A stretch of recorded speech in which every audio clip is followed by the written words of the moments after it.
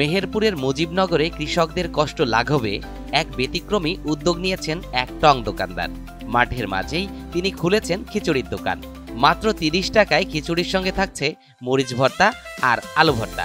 সাধারণ খাবার হলেও মাঠে শ্রমে ক্লান্ত কৃষকদের কাছে এ যেন স্বর্গীয় স্বাদ। দূর দূরান্ত থেকে মাঠে কাজ করতে আসা কৃষকদের কথা ভেবেই মুজিবনগর উপজেলার শিবপুর মাঠের টং দোকানদার আরজান খুলেছেন এই খিচুড়ির দোকান। প্রতিদিন প্রায় শতাধিক কৃষক তার দোকানে খেয়ে যাচ্ছেন গরম খিচুড়ি। ৩০ টাকা তেল, এখন ১০০ প্লেট পেয়ে যায় ৩০ টাকা থেকে। ওই ৬০০-৭০০ টাকা আমার লাভ হয়। কৃষকরা খায়, আমার আনন্দ পায়, সেও দেয়, তারাও খায়।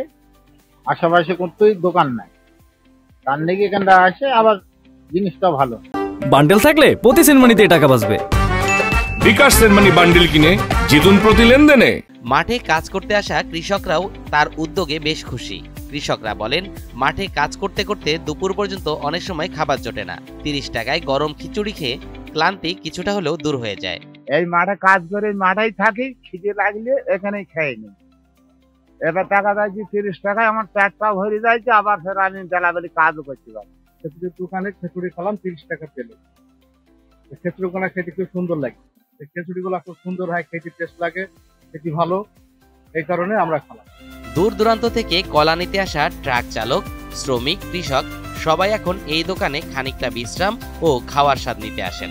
অল্প টাকার মাধ্যমে আমার ক্ষুধাটাও মিটলো, এবং আমার তো মনে করেন এই যে বাড়ি যেতে হলে অনেকটা টাইম লাগবে, সেই টাইমটাও আপনার লাগলো না। এখানে খাওয়া দাওয়া করার পরে আমি আবার আমার কাজে ফিরে যেতে পারতাম। আমাদের বাসায় রান্না বান্না না করি, এই লেবারদের দুটো দুপুরের নাস্তা করার জন্য দুটো খিচুড়ি কিনতে এসছে এখানে।